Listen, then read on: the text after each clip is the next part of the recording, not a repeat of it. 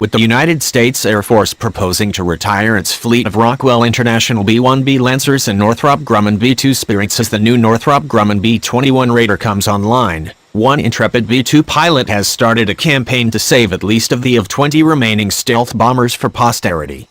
Recently it was announced that the B-2 bomber will be retiring in the 2030s, reads an anonymous GoFundMe campaign by a B-2 pilot to raise $1 billion to purchase a retired Spirit. I am establishing the B-2 Stealth Bomber Historic Society to preserve one of the 20 aircraft to share the aviation marvel with future generations. Right double quotation mark.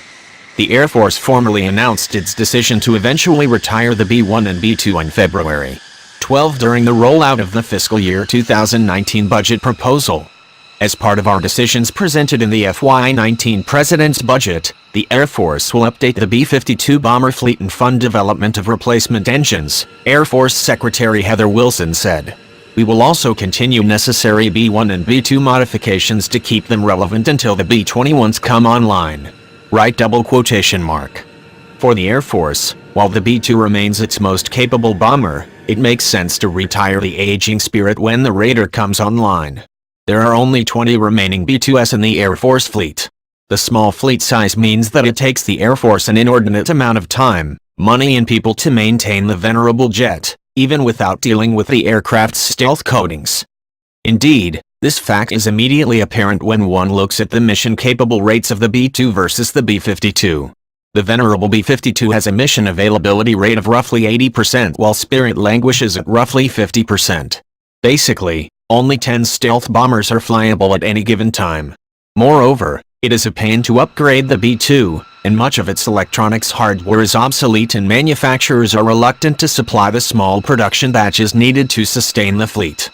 Thus, given the difficulty and expense of keeping the B-2 in service, and recognizing that the B-21 will offer far greater capability, the Air Force has decided to rid itself of the Spirit in the 2030s. In its place, the Air Force will maintain a fleet of B-21s for the penetrating strike role and B-52s for the standoff cruise missile launch role. To that end, the B-52 will receive a host of upgrades including new and much more efficient engines. With an adequate sustainment and modernization focus, including new engines, the B-52 has a projected service life through 2050, remaining a key part of the bomber enterprise well into the future, General Robin Rand, Air Force Global Strike Command Commander, said. The bottom line for the Air Force is that it will retain its bomber force structure, just the mix of aircraft will change. If the force structure we have proposed is supported by the Congress, bases that have bombers now will have bombers in the future, Wilson said. They will be B-52s and B-21s. Right double quotation mark.